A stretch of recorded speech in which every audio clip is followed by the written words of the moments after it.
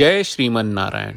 ए पर जे टिप्पणी हम करे जा रहल बा रामानुजदास श्रीमान गट्टू वेणुगोपाल स्वामी जी के द्वारा दिहल गयल बा।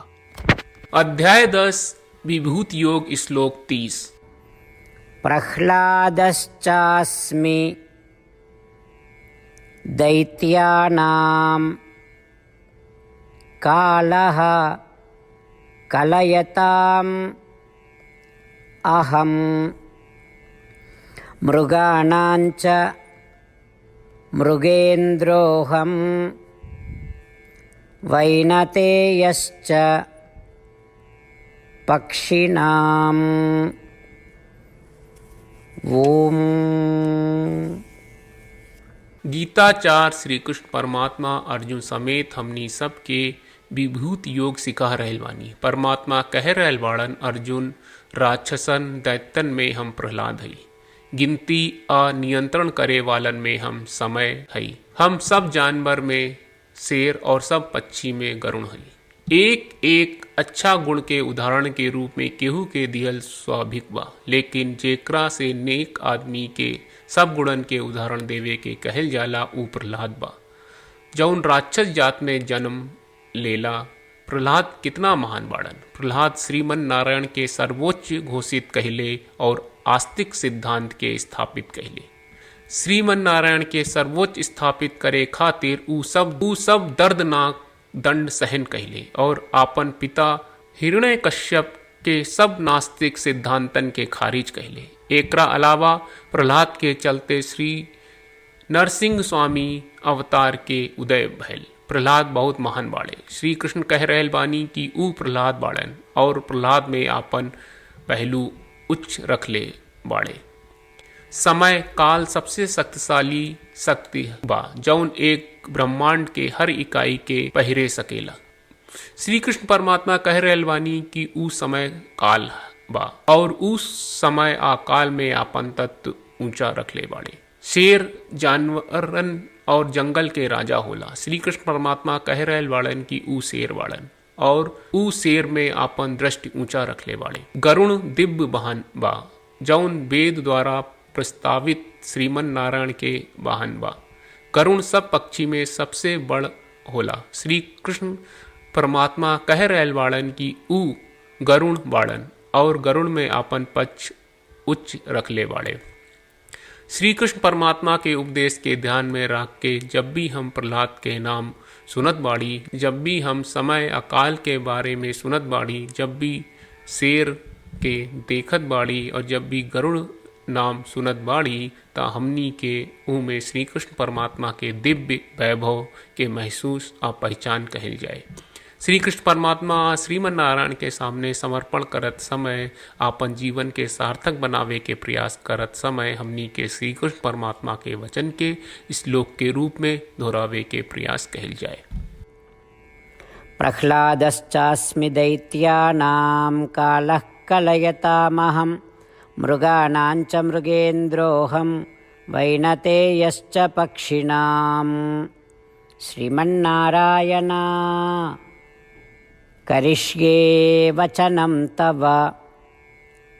सर्वं श्रीकृष्णार्पणमस्तु। जय श्रीमन्नारायण। श्रीमद् भगवत गीता का पूरा सार श्री कृष्ण परमात्मा ने अध्याय 18वें के श्लोक 65 से 70 में 8 काम करे खातिर दिले बाड़े। श्री कृष्ण कहले, हम ओ लोगन से प्रेम करनी जो लोग इन 8 बातन के मान तारे। हम ओ भक्तन के हर तरह से रक्षा करब। श्री कृष्ण परमात्मा के द्वारा बोलल गईल संपूर्ण भगवत गीता सुनला के बाद अर्जुन कहले, करिष्ये वचनम त्वा, जेके मतलब बा कृष्ण मैं उही करब जौन आप कही। यही कारण बा श्री कृष्ण अर्जुन के हर तरह के सफलता आ विजय प्रदान करेले। आई परमात्मा के आपन व्रत देई कि हमनी के ये 8 गौ कर्म के पालन करी जा। ई वचन परमात्मा के देवे से बड़न कौनो पूजा तपस्या यज्ञ नहीं। हम 8 प्रण कहब जौन हमनी के करे के चाहिए। आप सब कृपया इन्हन के आपन दिमाग और दिल में सोची। श्री कृष्ण के आपन वचन देवे के ई तरीका में हमनी सबकी कल्पना करे के चाहिए कि श्री कृष्ण का चेहरा खुशी से चमकत बा और खुशी के एहसास करत बा। जय श्रीमन नारायण। यहाँ हमनी के 8 वादा बा। हमनी के पहला वादा, हे श्रीमन नारायण, आपका निर्देश के मुताबिक हम हमेशा तोहार ध्यान करब और तोहार बारे में सोचब। हमनी के दूसर वादा, हे श्रीमन नारायण, आपका सलाह का अनुसार हम हमेशा आपका भक्त रहब। हमनी के तीसर वादा, हे श्रीमन नारायण, हम आपन सब काम तोहरा सेवा के रूप में और तोहरा संतुष्टि खातिर करब। हमनी के चौथा वादा, हे श्रीमन नारायण, जैस की आप माने के कहले रहलू, हमरा बहुत विश्वास बा कि हम आपके होई और हम हमेशा आपन दोनों हाथ जोड़ के आपके नमस्कार करब और आपकी पूजा करब।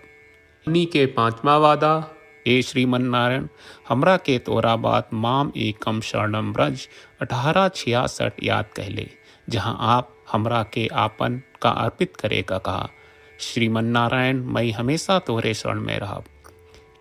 हमनी के छठवां वादा, हे श्रीमन नारायण, हमरा के तोहरा बात माँ सुचहा 1866 याद कहले कि आप हमनी के शोक ना करे का आश्वासन दे रहे बड़े, हम अब और शोक ना करब। हमनी के सातवां वादा, हे श्रीमन नारायण, आपने हमरा खातिर श्रीमद् भगवत गीता के वितरण करके हम सबके कृपा कहले और आशीर्वाद दहले बा। हम वादा करत बानी कि रोजाना कम से कम एक श्लोक पढ़ब या सुनब। हमनी के आठवां वादा, हे श्रीमन नारायण, आप गीता के पूरा मानवता तक ले गयलू। हम गीता में आपके दिव्य वचन के उन भक्तन तक पहुँचावे के प्रयास करब जे गीता से अपरिचित बा। हे श्रीमन नारायण, हम उई करब जौन तू करे का कहब। हम ऐसन व्यवहार करब जैसन आप चाहत बानी और हम खाली आपका खातिर काम करब। श्रीमन नारायण के रोज आपन वचन देहल कि हम ओइस करब जैस आप कहत बानी, ई अपने आप में बड़न पूजा बा। श्रीमन नारायण, करशे वचनम त्वा। श्रीमन नारायण, हम तोरे निर्देश के मुताबिक काम करब। सर्वम श्री कृष्ण अर्पणम अस्तु। जय श्रीमन नारायण। प्रह्लादश्चास्मि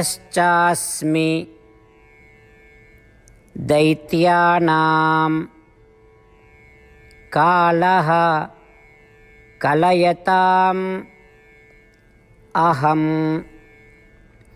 मृगाणाञ्च मृगेन्द्रोऽहं वैनतेयश्च